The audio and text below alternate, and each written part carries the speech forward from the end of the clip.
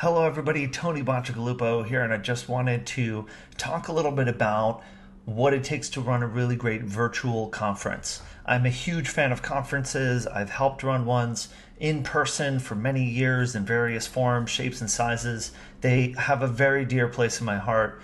During COVID, it's just been so heartbreaking not to be able to hang out in person, but I am always trying to adapt to the times and I want to find ways to create really great, maybe not the same as conferences, but something like it online. And we know that online events can't be exactly the same as in person conferences. But what I have found is that we can have something that does feel really special that people will want to be a part of.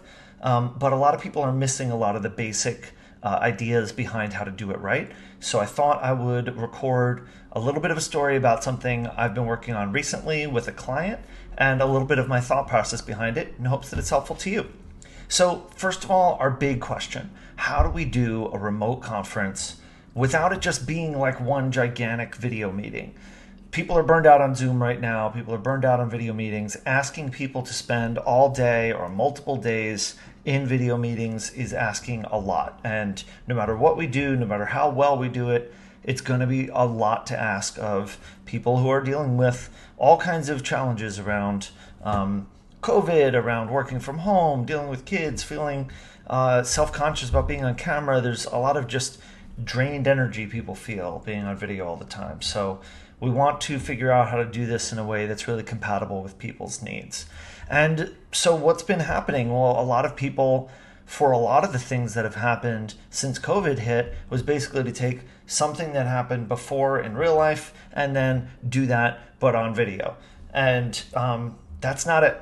That's not especially for conferences, because spending all day in person together in a physical space is very different from spending all day together in a digital space. We have to think about it differently. And so what I like to play with is, what is this newer thing, this adapted model that maybe incorporates other forms of media, other forms of engagement? And so first and foremost, the philosophy that I try to approach this with is to treat people like humans, because that's what they are. And that means that they're not necessarily going to do what you want them to do, or want what you wish they would want. Their needs are changing, their interests are changing, and we want to understand what that means. So the first thing you can do if you're trying to think about how to approach this is simply talk to the people who are the people who would be coming to your event. And most importantly, when you talk to them, listen to them and listen what they have to say about their situation, about what's going on in their life. And let's acknowledge that when things are crazy, that addressing people's needs is going to be hard. There's a good chance that when you talk to people, they're going to tell you that they don't have time to do a conference or they don't have time to be on video a lot. That's okay if that's what they tell you. We want to work with that. Because even though it's a huge constraint, it's also a huge opportunity. People are stressed, they're lonely, they need to have the right opportunities to talk to other people and feel some sense of sanity. And so if we can tap into that and figure out how to crack that code of dealing with people's constraints while still providing them some kind of a way of connecting to each other in a really valuable, meaningful way, then that's going to lead to a lot of opportunity. So you might notice when you do talk to your people that some constraints come up. The ones that I've been seeing around COVID have been, number one, people are burned out on Zoom, burned out on video. They're dealing with kids at home. They're drained emotionally, and they're dealing with all kinds of other things that are making life difficult for them. And so that's a lot. There's a lot of constraints around that. And that might mean in the course of your process that you decide not to create a conference or a large-scale engagement in the near future. It might be that you decide to push that timeline out, engage people in more lightweight, kind of COVID-compatible ways, and buy yourself time to build momentum up to a larger event when the coast is a little bit more clear. And I'm talking about this, in terms of COVID and kind of the current era of things, but I think that this is a good practice in general, is to think about what the constraints of your audience is as they change over time anyway. So you might find that your folks have kind of similar constraints. Good for us to understand it, and it gives us a basis for understanding how to design from there. So, in terms of the objectives that I've been working on in particular for this client recently, it was to get people interested in attending and then get people to actually show up, get people to have a good time when they're there, and then to actually forge some meaningful connection between the participants. Now, for you, you might have some additional objectives here. It might be around generating a certain amount of income. It might be around fulfilling the needs of some sponsors. So it's going to be different for everybody. In my case, this was a very specific audience where it was less about the money and it was more about creating good engagement. So let's just talk about a couple of the trade-offs of online as opposed to in person. First of all, big disadvantage is that we just don't get to hang out in person. There's nothing that you can do online that's going to quite be the same as hanging out in person. We just want to acknowledge that, recognize it right off the bat. And it's important to let that go because we can't try to fake that online. However, we do get the advantage of people being in the comfort of their own homes, which means that some people will be more comfortable to engage who wouldn't have otherwise. And there's some dynamics we can play with around the fact that people are in their homes, which we can talk about more later. Next up is that we don't have control of the physical environment like we would in a conference. And so we can't really control the circumstances in which people are walking in the door, the way that they're presented with the visuals and the sights and sounds and smells and the food and all of that stuff. So that's a constraint. We have to work with that. However, because people are in their homes and because people don't have to get on airplanes and go to hotels, the barrier to entry is way, way, way lower. People can just click a link and they're in the event. This means that you can now access a much wider audience of people than the audience that would have maybe attended your in-person event. Now, there are some accessibility downsides to going virtual as well, but on the whole, if you can design around some of those constraints, as I work to do, it ends up being a huge positive. And then just in general, video is challenging. We've already talked about it. Dealing with all of that is a lot. But if we can work around that, we can engage people around what's going on in their worlds. And one of the big advantages, we'll talk a little bit about this in facilitation, is that people are surrounded by their stuff. I'm in my home. I'm surrounded by all kinds of things that are very meaningful to me. It's a safe and healthy environment for me. I can share a bit of my world with people, which you can't really do in an in-person event. So things we can think about in terms of the design process. Now, in terms of this particular client I've been working with recently, I was given kind of a structure for the existing event and then asked to help kind of fill in the blanks and help making it meaningful. And so in this case, I'm just going to kind of make this a little bit more generic and just simplify this to kind of a basic timeline of a conference where there's some talks and workshops and some time for interactive. I'm leaving out the breaks and the lunch breaks and things like that. And the first thing that I noticed when I was looking at this was, first and foremost, no matter what we do, this particular event's on a Saturday, let's say, only so many people are going to come to this event, no matter what we do.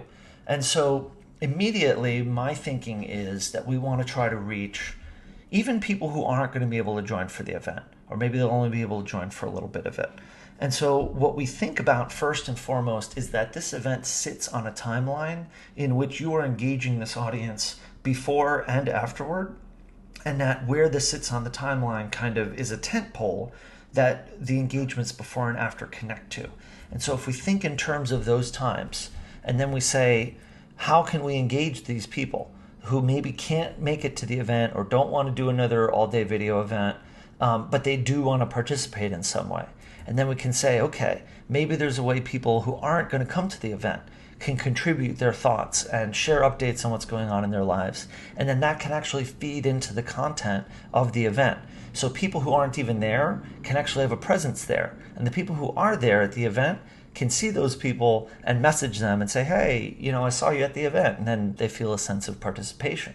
And then when the event happens, they generate potential outcomes, potential follow-ups from working groups and discussions. And then those things can be shared as outputs that can be spread around the rest of the network And again, so people who weren't at the event can still be included in what happens after the event, can see the results of the discussions and jump in from there. So this gives you a good framework for an ongoing community where maybe people are paying to be a part of a ongoing membership group, or they're an alumni group or something like that, which can provide you some ongoing value as well. So zooming back out from that for a second, what we're seeing here is we're thinking in terms of multiple kinds of audiences, which we're not really used to doing as much with in-person. You might say in-person, you've got kind of in-person attendees, and then if you're live streaming or something, you've got people watching online.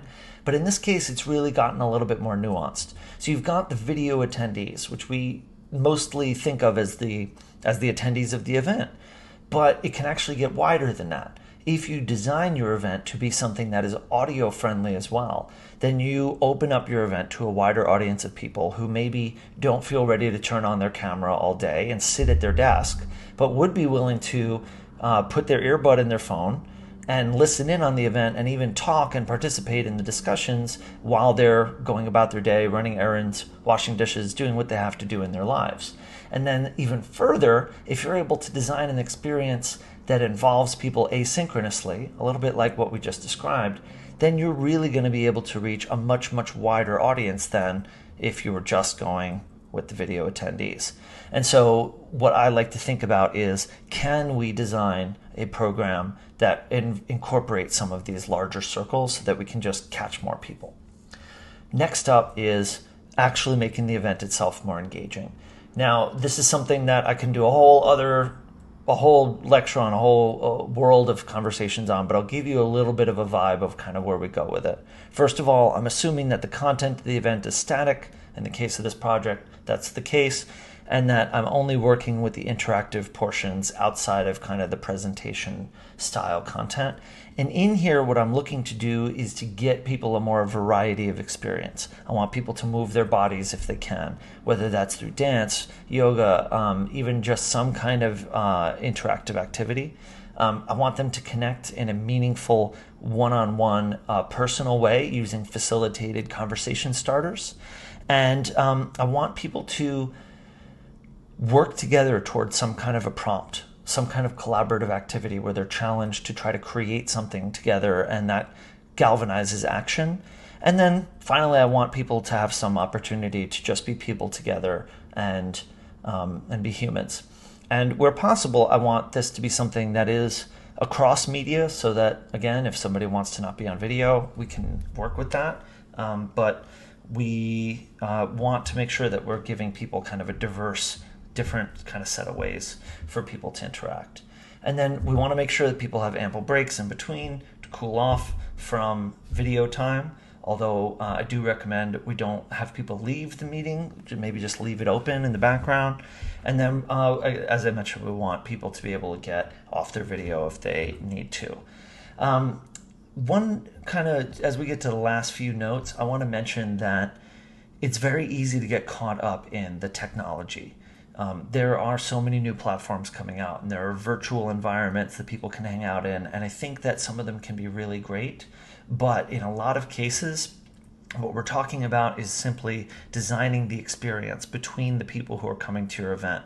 In a lot of cases, just using a Zoom meeting, a really, really well-run Zoom meeting, using all of the features and tools that they have, it's very affordable. It works really well.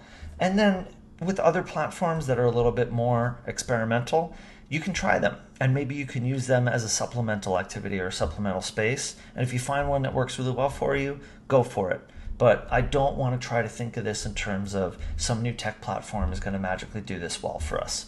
We're going to do a good virtual conference because we've designed a good one that will work across probably a lot of different kinds of forms of media. And then finally, just to give you a little recap reminder of some of the most important points, we want to trust people, treat people like people, and really listen to them and forge a real connection with people. Listen to what they have to tell you and incorporate that into what you create. Account for people's needs of right now and design around those. Make that a constraint. and then ultimately take advantage of the strengths that remote gathering offers you. There are so many great things that you can do with the fact that people are in their homes and able to connect to each other in maybe a way that's a little bit new and a little bit different. So hope this was super useful. I am creating video workshops, ebooks, I'm doing consulting, I'm helping people create better virtual conferences, virtual events, team building, all of that stuff. So if you need help with it, come check out my resources, check the description attached to this program. Would love to hear from you, hear what you're working on, and see how best I can help you out. So in the meantime, hope you enjoyed, and I'll see you in another video soon.